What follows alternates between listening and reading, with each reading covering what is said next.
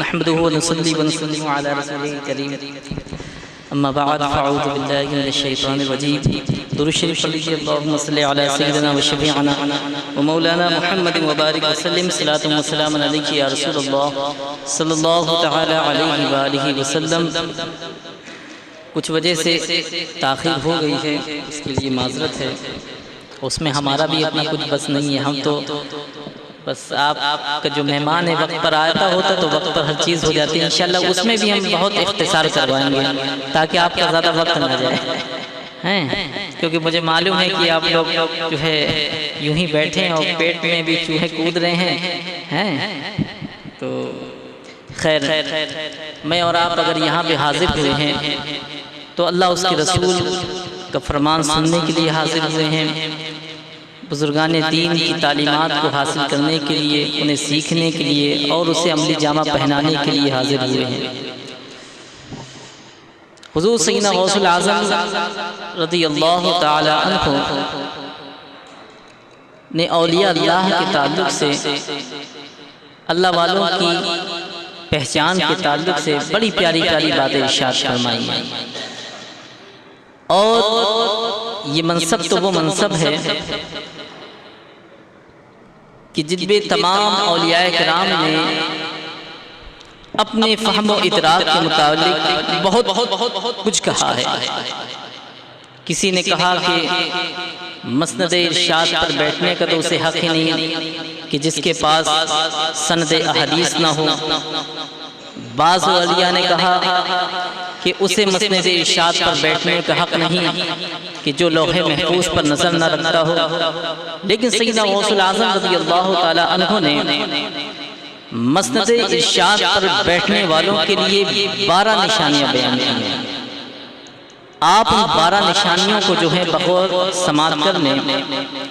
वो ये कि आपने फरमाया कि जो भी अल्लाह का वली होगा उसके अंदर 2 खूबियाँ जो होंगी वो अल्लाह वाली होंगी। एक तो ये कि वो सिफ़त सत्तार का मज़हर होगा, दूसरा ये कि वो सिफ़त गफ़्फ़ार का मज़हर होगा। सिफ़त सत्तार का मज़हर होगा, इसका मतलब ये है कि वो पर्दा पोशी करने वाला होगा, वो चुगलखोर नहीं होगा। अगर वो कौम में ख़ास है और लोग उसके पास जा करके अपनी ख़ास बातों को उससे करते हैं तो उन बातों को लोगों में ले उड़ता नहीं है। वो राज का भी अमानतदार होता है, वो पर्दापोशी करने वाला हुआ करता है। और एक बुजुर्ग थे जिनका नाम था हज़रत हातिम असम रहमतुल्लाहि ताला अलैह, और असम कहते हैं बहरे को। और हज़रत हातिम जो थे वो बहरे नहीं थे।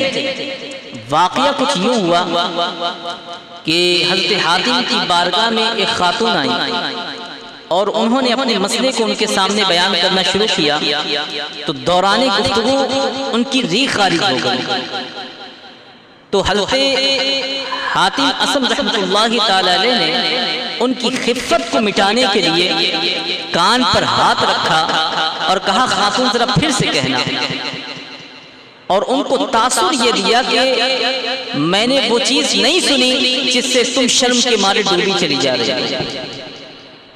और सारी जिंदगी वो बहरे बने रहे ताकि जिंदगी के किसी हिस्से में भी जो है उस खातून को इस बात का इल्म ना हो जाए कि मैं बहरा नहीं हूं। तो अल्लाह वालों के अंदर ये चीजें तलाशें कि वो सिफ़त सत्तार का मज़हर होता है, वो सिफ़त गफ़्फ़ार का मज़हर हुआ करता है, वो बख्श देने वाला होता है, दरगुजर कर देने वाला होता है, वो बदला लेने वाला नहीं होता है, वो सब्र के साथ, सब्र और इस्तिक़लाल के साथ जिंदगी बसर करता है। अच्छा, एक चीज और बता दें, सब्र और माफी में फर्क होता है। माफ वो करता है जो कमजोर होता है, माफ वो करता है जो ताकतवर होता है, और कमजोर सब्र करता है। तो माफी और सब्र के फर्क को समझें। अगर कोई कमजोर ये कहे नारे तकबीर, नारे रिसालत, उलमाए अहले सुन्नत, जश्न गौसुल वरा, जश्न गौसुल वरा, नारे तकबीर, नारे रिसालत, आपके ख़ास मेहमान आपकी नज़रों के सामने हैं। अब मुझे ज़्यादा कुछ कहने की ज़रूरत नहीं है क्योंकि आपके मेहमान आ चुके हैं। अब आइए मैं सिर्फ 3 अशार के लिए कारी इंतखाब साहब को दावत दूं कि सिर्फ 3 अशार वो पढ़ें।